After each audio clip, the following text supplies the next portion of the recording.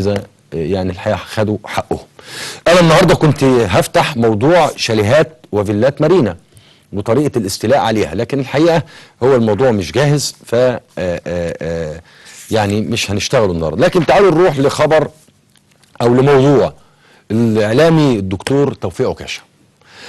من كام يوم كانت جلسة القضية المرفوعة من الإعلامي الدكتور توفيق عكاشة ضد رئيس مجلس النواب الدكتور علي عبد العال وضد رئيس اللجنة العليا للانتخابات بصفتهم طبعا للطعن على قرار إبطال عضويته بالمجلس، وتم إحالة الدعوة إلى هيئة المفوضين لإبداء الرأي، وتحدد لها جلسة في شهر مارس القادم. لكن الحقيقة المدهش كالمعتاد يتجمع عدد كبير من محبي الإعلامي الدكتور توفيق عكاشة أمام باب محكمة القضاء الإداري بمجلس الدولة في الدقي هنا، ويهتفون له وسط تجمعهم حوله.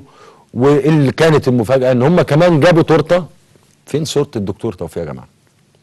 معايا الإخراج عندنا عالي جدا، أنا بتكلم معاه، فين الصورة؟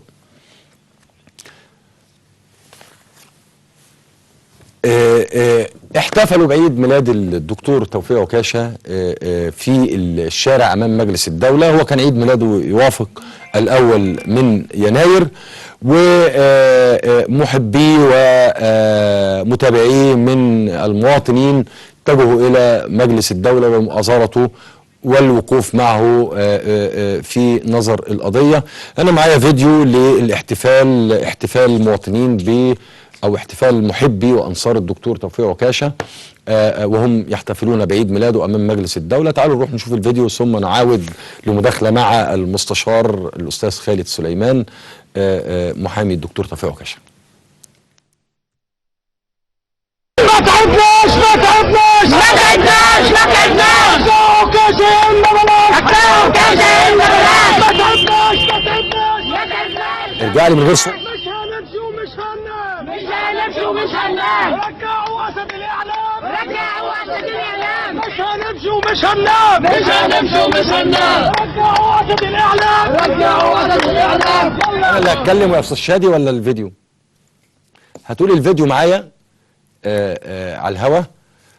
ده الإعلامي الدكتور توفيق عكاشة وهو عقب الجلسة بتاعته في مجلس الدولة في محكمة القضاء الإداري اللي تم إحالتها لهيئة المفوضين.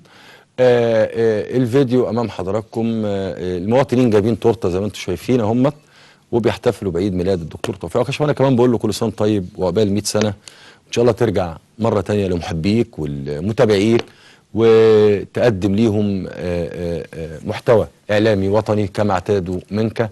ولعل الفترة الماضية كشفت فراغ كبير يعني أنت تركته يا دكتور توفيق على الساحة الإعلامية.